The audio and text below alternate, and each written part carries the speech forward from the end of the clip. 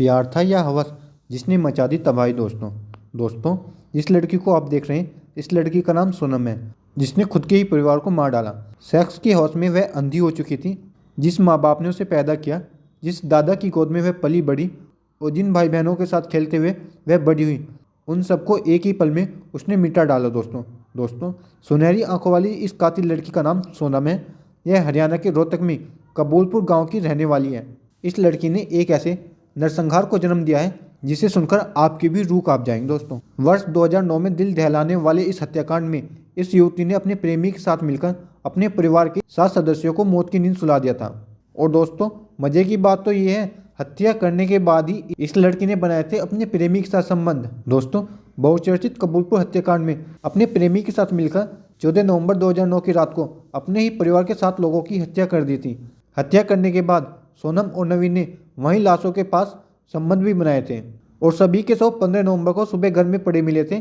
मरने वालों में सोनम की मां प्रोमिला, पिता सुरेंद्र, दादी भूरा, भाई अरविंद, चचेरे भाई बहन विशाल, सोनिका व मोनिका शामिल थे। दोस्तों हत्याकांड के 4 दिन बाद यह राज खुला कि सोनम ने ही प्रेमी के साथ मिलकर परिवार वालों को मौत के घाट उतारा था। उससे पहले सोनम व नवीन इस पूरे मामले को लूट का मामला दिखाने का प्रयास कर रहे थे।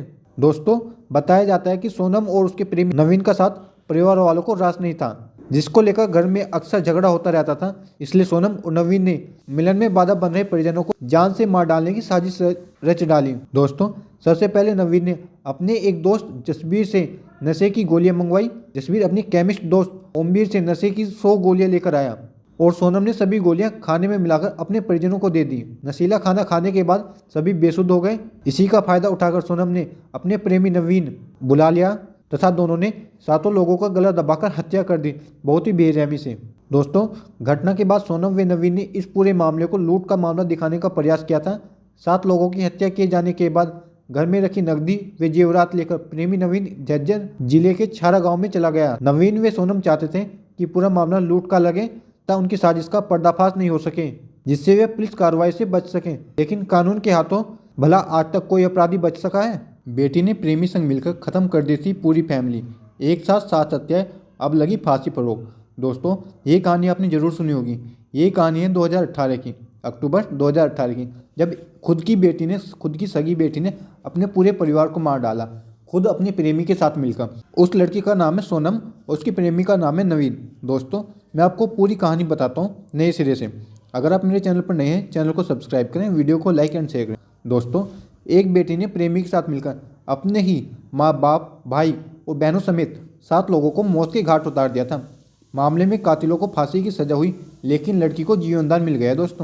दोस्तों ये मामला रोहतक के कबूलपुर गांव का है। इस परिवार में रहने वाले कुल 8 सदस्य हैं, जिनमें से एक बेटी ने 7 लोगों को मौत के घाट उतार दिया है और खुद को बचा लिया है। दोस्तों मामला रोहतक के कबूलपुर गांव में 3 छोटे बच्चों और 70 वर्षीय बुजुर्ग सहित 7 लोगों को जहर देकर मारने का है। उसने खुद की ही परिवार को जहर देकर मार दिया है। दोस्तों कोई इतना जालिम और इतना संगीन अपराध कैसे कर सकता है, जिस माँ बाप ने उसको पाला हो, उसको जन्म दिया हो, और उस बेटी ने ही अपने प्रेमी संग मिलकर अपने माँ बाप को मार दिया। आखिरकार कोई इतना संगीन अपराध कैसे कर सकता है? मैं तो सोचने पर भी रूह खड़ी हो जाती है दोस्तों कि ऐसा करने की कोई सोच कैसे सकता है। दोस्तों अपने माँ बाप, भाई बहन, दादी को मार देना, वो भी जहर दे करके। दोस्तों सुप्रीम कोर्ट ने 7 हत्याएं करने वाली सोनम की फांसी की सजा पर शुक्रवार को रोक लगा दी। मामले की सुनवाई करते हुए सुप्रीम कोर्ट ने राज्य सरकार से सोनम की अपील पर जवाब मांगा है। निचली अदालत और हाई कोर्ट ने सोनम और उसके प्रेमी नवीन को फांसी की सजा सुनाई थी। इसके खिलाफ सोनम ने सुप्रीम कोर्ट में अपील दायर की थी। मैं आपको पहले बताता हूँ आखिरकार मामला क्या है। मामला 14 सितंबर 2009 का है। 14 सितंबर 2009 की रात को वारदात अंजाम दी गई थी। साल 2014 में ट्रायल कोर्ट ने सोनम और नवीन को फांसी की सजा सुनाई थी। तब दोनों ने Punjab and Haryana high court में अपील की थी। हाई कोर्ट ने टिप्पणी की थी कि सोनम पर रहम नहीं किया जा सकता है। फिर दोनों ने सुप्रीम कोर्ट में अपील दायर की। Chief justice Ranjan Gogoi, justice Sanjay Kishan Kaul और जस्टिस नवीन सिन्हा की बेंच ने सजा पर स्टे लगा दिया। सुप्रीम कोर्ट ने सोनम की अपील पर हरियाणा सरकार को नोटिस जारी कर 4 सप्ताह में जवाब मांगा है। दोस्तों अपने परिवार को मारते समय सोनम की उम्र केवल 17 साल 6 महीने थी। दोस्तों ये वाला किस्सा कबूलपुर में बहुत ज़्यादा चर्चित है। बहुचर्चित कबूलपुर कांड में फांसी की सजा सोनम की उम्र वारदात के समय 17 साल 6 माह थी। यह दावा बचाव पक्ष के वकील आरसी सुहाग ने किया था, लेकिन रोहतक कोर्ट हाईकोर्ट में साबित नहीं हो पाया था। अब वकील सुप्रीम कोर्ट में नए सिरे से तथ्य रखकर इस बात को साबित करने का प्रयास करेंगे। मामले के अनुसार नवंबर 2009 में कबूलपुर गांव में एक ही परिवार के 7 लोगों की हत्या कर दी गई थी। दोस्तों, पुलिस ने परिवार की ही लड़की सोनम को हिरासत में लेकर पूछताछ की। पूछताछ में सनसनीखेज खुलासा हुआ।